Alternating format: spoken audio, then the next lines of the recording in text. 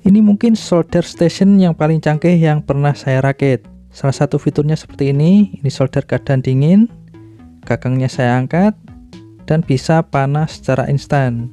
Jadi nggak ada tuh yang namanya nungguin solder panas dulu ya kan. Dan ketika gagangnya saya taruh lagi, ini akan masuk mode sleep. Jadi nggak ada listrik yang terbuang sia-sia ya. Dan ini gagang solder tipe C115. Ada juga yang lebih populer yaitu tipe C210. Tapi untuk kecepatan panasnya mungkin selisih setengah atau 1 detik kan. Yang tipe ini lebih populer mungkin karena ukurannya yang pas ya, kalau yang tadi kekecilan.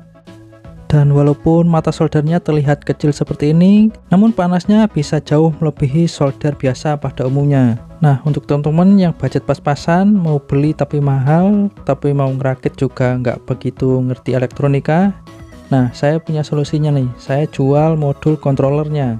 Modul ini ada versi T12, C210, C115, dan harganya juga terjangkau mulai dari 50.000, tergantung fitur dan kelengkapannya butuh apa aja. Dan cara rakitnya juga gampang banget, tinggal pasang adaptor, pasang gagang solder, selesai. Yang saya tunjukkan ini versi yang ada kabelnya ya. Ini kabel untuk ke adaptor, dan ini modul yang versi analog. Jadi cuma ada LED indikator satu ini aja, warna merah dan biru. Ini kabel untuk ke tatakan solder. Untuk yang nggak butuh keren-kerenan seperti ini aja udah cukup. Walaupun cuma ada satu LED indikator, kita bisa mengetahui panasnya dari letak potensionya. Kalau untuk fitur lainnya ini sama aja ya. Kelebihan lainnya dari solder station ini adalah konsumsi listriknya yang sangat-sangat irit ya. Ini posisi sleep. Di sini sampai tidak terbaca sama sekali ya, saking kecilnya.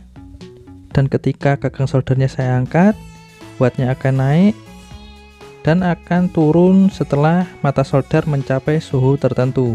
Ini potensio berada di tengah-tengah, dan wattnya cuma 2 atau 3 watt aja ya.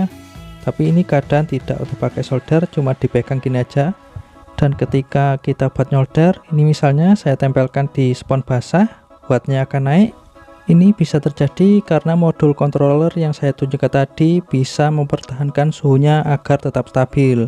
Misalnya kita setting 300, dan ketika buat nyolder ketemu besi itu suhunya nggak turun. Jadi tunggu apa lagi, ganti solder kalian yang kabelnya udah compang-camping itu.